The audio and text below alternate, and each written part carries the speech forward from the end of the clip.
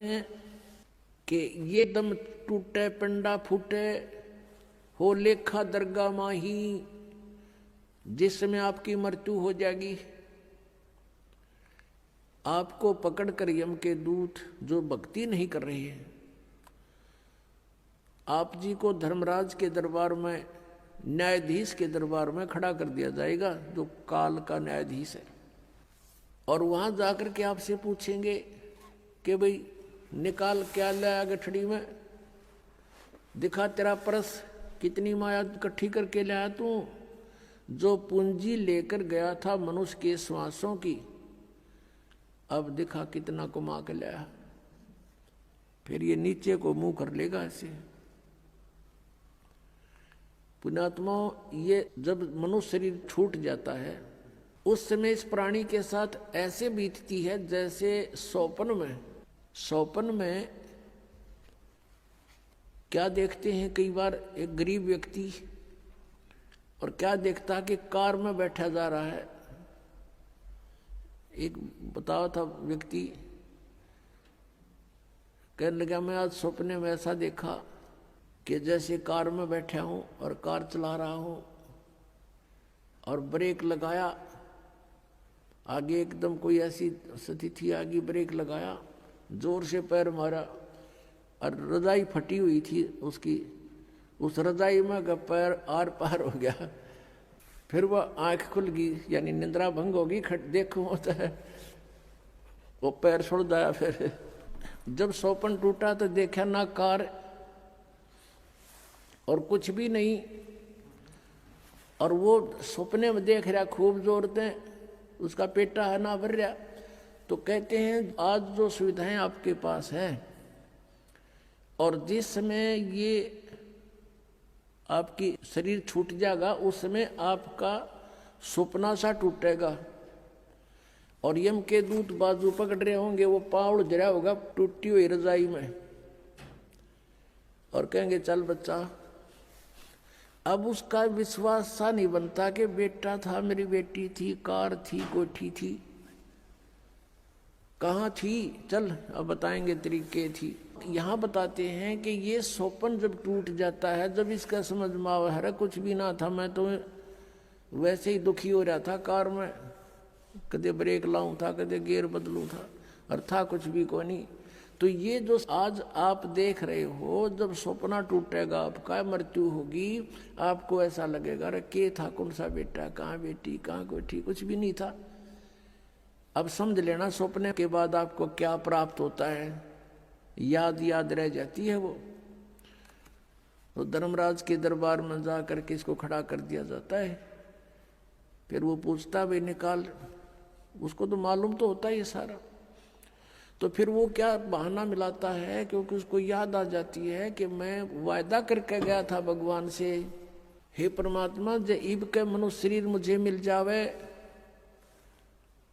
तो मैं सदा भगवान याद करूंगा, पेट के लिए थोड़ा बहुत कार्य भी करूंगा, लेकिन ज्यादा समय मालिक तेरी याद में बिताऊंगा। अब मुझे सब याद आ गया है।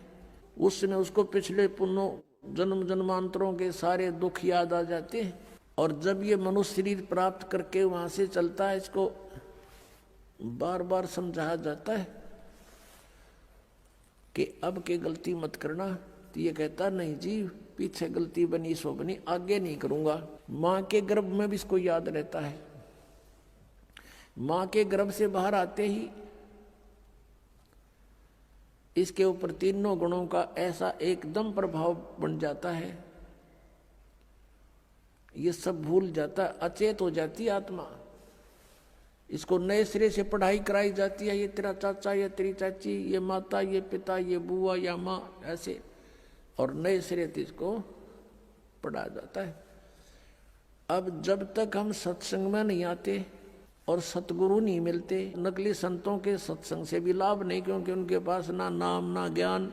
उद्देश्य उनका अवश्य है कि हम सत्संग सुनावा, लेकिन सत्संग है ही नहीं उनके पास। आपने सुना था सत्संग में, आपको दिखाया था कल परसों, कल भी दिखाया था कि राधा स्वामी पंथ के प्रवर्तक श्री शिवदयाल जी की सार्वचन वार्तिक, उसमें क्या लिखा है, इनका सतनाम का पता नहीं न है क्या चीज। कही तो सतनाम हमारी जाति है, सतनाम सचखंड है, सतनाम सार शब्द है, सतनाम सतपुरुष है, सतनाम सतलोक है, और सार नाम भी यही है, सतनाम भी यही है। तो ये सत्संग है इनके। करोड़ों व्यक्ति वहां अपना जीवन नष्ट कर रहे हैं। तो सतगुरु के दरबार में आने से आपको ये ज्ञान होता है। सतगुरु के दरबार में जाइयो बारंबार, भूली वस्तु याद दिलावे हैं सतगुरु दातार। भूली वस्तु लखा देवे हैं सतगुरु दातार। हम जिस वस्तु को भूल चुके थे उसकी फिर याद दिलाई जाती है। अब नकली गुरुओं के पास यदि याद भी दिला दें तो भगवान की भक्ति करो तो उनके पास वो ट्रीटमेंट नहीं, उपचार नहीं, मोक्ष मार्ग नहीं उनके पास, तो उनका ज्ञान भी व्यर्थ। पहले तो ज्ञान है ही नहीं, लेकिन इतना तो अवश्य बता देता है आम संत कि भगवान की भक्ति करनी चाहिए। मनुष्य शरीर बार बार नहीं मिलता, ना उन्हें परमात्मा का पता, ना उनको परमात्मा के पाने की विधि का ज्ञान, तो वो सत्संग भी सुना ना सुना बराबर। अब क्या बताते हैं, जब ये प्राणी दरबार में खड़ा होता, धर्मराज के दरबार में, उस समय फिर इसे पूछा जाता है कि तू यहाँ से एक वायदा करके गया था, प्रतिज्ञा करके गया था कि अब के भक्ति करूंगा, बकवाद नहीं करूं, तूने वो काम किया नहीं जो उद्देश्य लेकर गया था। तो ये जीव क्या कहता है वहां पर, ये न्यू बहाना मिलाता है कि हे भगवान, मुझे किसी ने बताया नहीं, वह तो भूल पड़ गई, किसी ने नहीं कहा भक्ति कर ले, किसी ने नहीं कहा राम नाम रटना चाहिए। तब परमात्मा क्या दिखाता है कि उसको कोई भक्त, जैसे आप जी अपने रिश्तेदार को, अपने भाई मित्र बहन सखी सहेली को, आप सबको कोशिश करते हो कि भगवान की भक्ति कर लो। मनुष्य जीवन बार बार नहीं मिलता, आप खूब चेष्टा करते हो।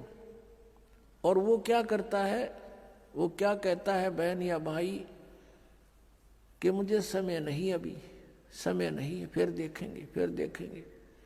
और पीछे तो औरों के सामने नो कहता है ये तो मेंटल हो लिए, तीसरे दिन बरवाड़ा बैठे रहते हैं, इनका तो नाश होगा। तो वो अपने आप में चतुर्गणे बन रहे हैं, तो नहीं सुनते हैं। फिर वो धर्मराज के दरबार में जब खड़े होते हैं तब ये बहाना मिलाते हैं कि जी हमें किसी ने हमारे को बताया नहीं। तो उस समय परमात्मा अपने उलाने में नहीं रहते, वो सबके पास संदेश भिजवाते हैं, चाहे कोई जंगल में रह रहा है किसी ना किसी माध्यम से।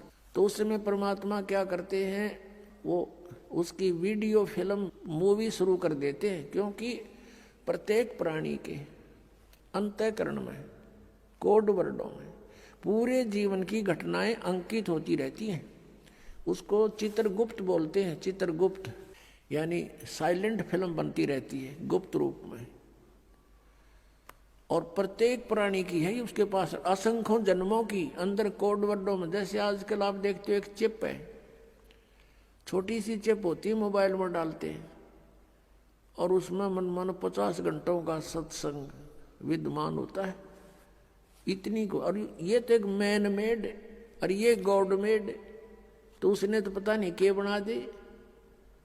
तो कहने का भाव ये है कि अब परमात्मा के विधान को समझने के लिए हमने इस साइंस ने घनी सुविधा कर दी। अब हम यहाँ बोल रहे हैं, सुन रहे हैं, कहीं और बीच में वायर भी नहीं, तार नहीं। अब यहाँ से फैक्स करते हैं, बीच में कुछ भी नहीं है, फैक्स दूसरे के कंप्यूटर में पहुंच जाता है, ईमेल पहुंच जाती है। ये कैसे? तो इसी प्रकार परमात्मा ने पहले ही प्रत्येक प्राणी के साथ ये सिस्टम अंदर ही फिट कर रखा है सबके। और यहाँ जो भी एक घटना आपकी होती है वो एक परमात्मा के कंप्यूटर में ऊपर वहां जा करके फैक्स रहती है डेली की। तो उस समय ये फिल्म चला देता है, उसका ट्रेलर दिखाता है, बैकग्राउंड। अब देख ये भक्त आपको क्या कह रहा है और आप क्या कह रहे हो। ये नीचे गर्दन कर लेता है, उस समय इसके पास कोई गुंजाइश नहीं अग्रम अग्रम करने की। फिर ये क्या कहता है जी, गलती बन गई, गलती बन गई, बन गधा, गलती की सजा देता हूं मैं तो। अब फिर क्या रहा उसके पीछे? तो यहां परमात्मा कहते हैं कि आपको समाज से केवल सामाजिक क्रियाओं का ज्ञान ही हो सकता है, और सत्संग में आने से आपको आत्मा और परमात्मा का ज्ञान होगा।